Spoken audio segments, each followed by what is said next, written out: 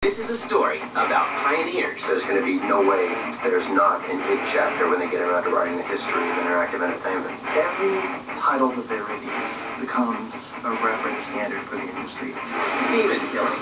You're a space marine fighting your way to and through hell and back. Incredible graphics. The new engine from Doom 3, it's really revolutionary in the fact that it gives us the power to really create just like anything that we can imagine. They're just sitting there sometimes with their mouth open, just going, this is incredible. And a legendary gaming franchise. If you're going to list now the top 5 franchises in video gaming history, Doom's going to be on the list.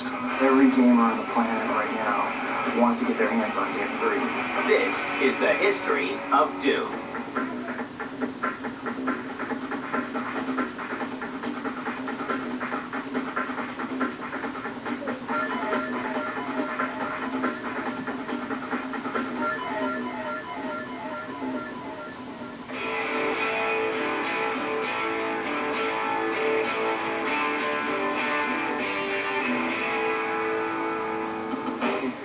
It's May 5th, 1991, and a small company in Mesquite, Texas called id Software makes a big impact with Wolfenstein 3D. It was not the first 3D game. It was not even its first 3D game. But it was the first 3D game to really hit a national and even international audience. And it was done in a way that had impact. People weren't ready for it. Games up to this point really hadn't looked anything like Wolfenstein did, and compared to today's standards, that's not that great.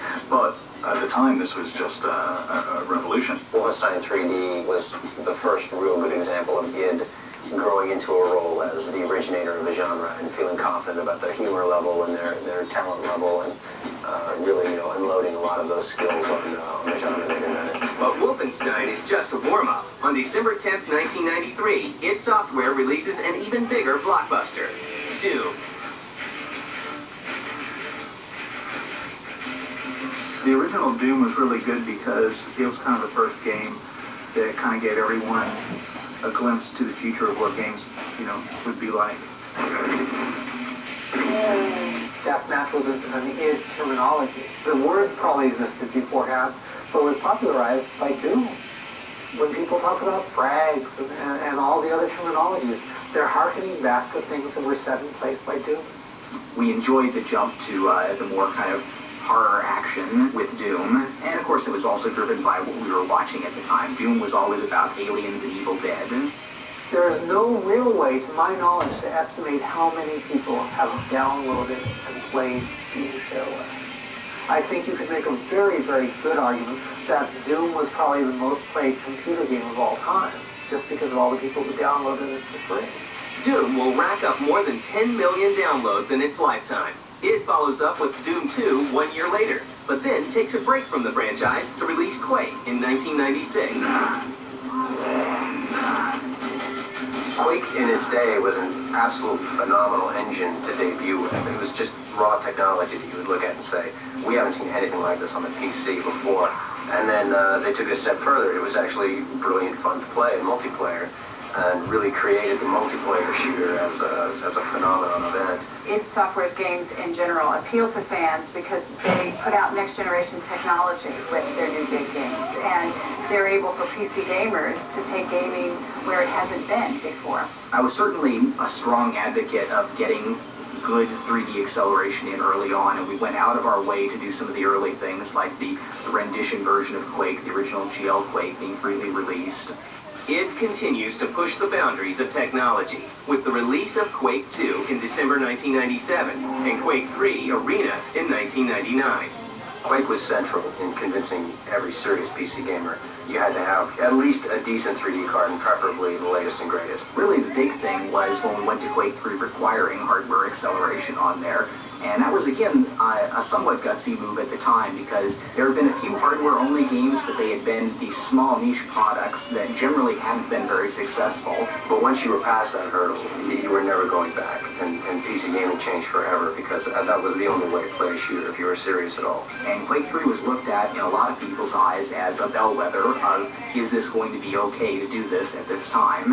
And while Quake 3 wasn't our largest success, it was certainly a big enough success that everybody looked at it and said, yeah, you could still take advantage of the hardware features and still be very successful. Every title that they release becomes a reference standard for the industry. It raises the bar once again. id Software is ready to start its next game, but the small developer must first face its inner demons.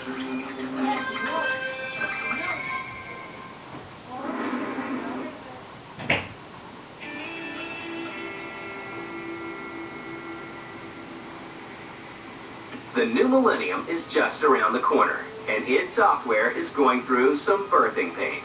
Every project, the last couple ones we had been considering, well, is it time to remake Doom with new technology and all that? At the end of Quake 3, we did have a little bit of an internal spat over where we were going with the next project. The only kind of foregone conclusion was that it was going to be single-player focused because there was a good contingent in the company that wasn't happy with the Quake 3 kind of activity level of gameplay. We wanted to really create a scary, intense, action-packed horror game, and everybody is much more afraid when they're alone. But there was still debate over exactly what we were going to do, and it did come down to a point where we had a big forced issue about it where I wasn't at all comfortable with the alternate project that was being pushed on there, and it wasn't clear that we could come up with a clear, unified company direction on something brand new. And every project, the last couple ones we had been considering, well, is it time to remake Doom with new technology? John, when he was doing research on what the next generation of technology for MID was going to be, came to the conclusion that he was going to be able to realize sort of the vision that he had in his mind's eye when he came up with the original idea for Doom, and that we could use and leverage that technology to really create this intense action horror game and make a really scary version of Doom. Originally, I was opposed to the idea. I was a bit concerned that the team that we had, which was a bit in transition, wasn't going to be able to really push Doom in a direction to sort of live up to the title. So I just kind of made that the stand and said, now's the time. We can do some really radically better stuff with new technology now. In hindsight, my opposition was absolutely wrong. The decision was great. Bringing back Doom is an exceptional challenge.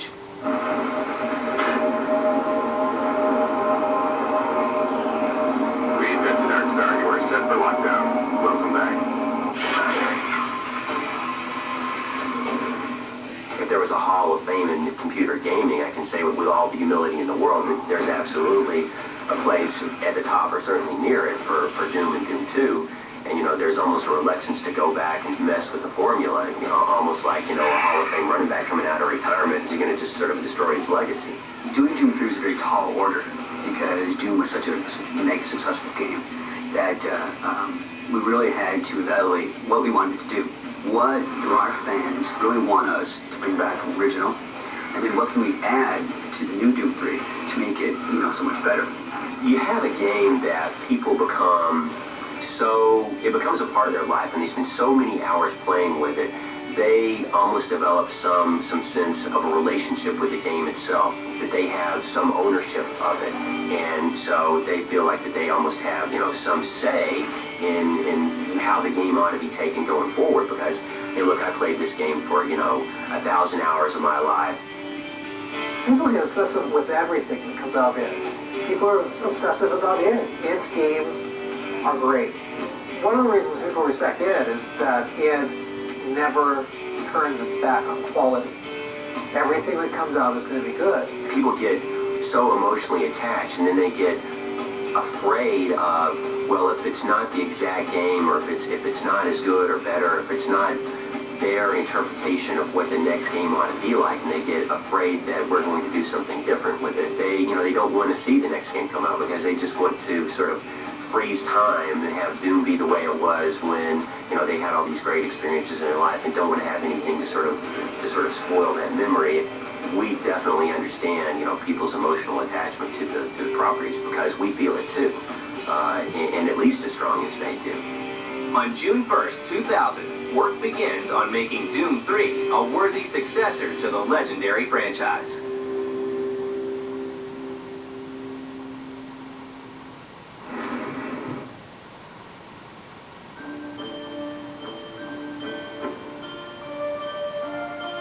It's It's the new millennium, and id Software is hard at work on Doom 3. The first year of Doom, after I had laid down the very basic technology, I was always saying that there's kind of like a tripod of features and technology that's going to make Doom what it is.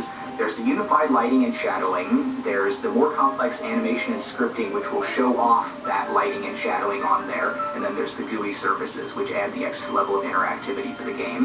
And all those really proved out correct. The new engine, for Doom 3 is it's really revolutionary in the fact that it gives us the power to really create just like anything that we can imagine. Okay, there's a few things we need to take care of first.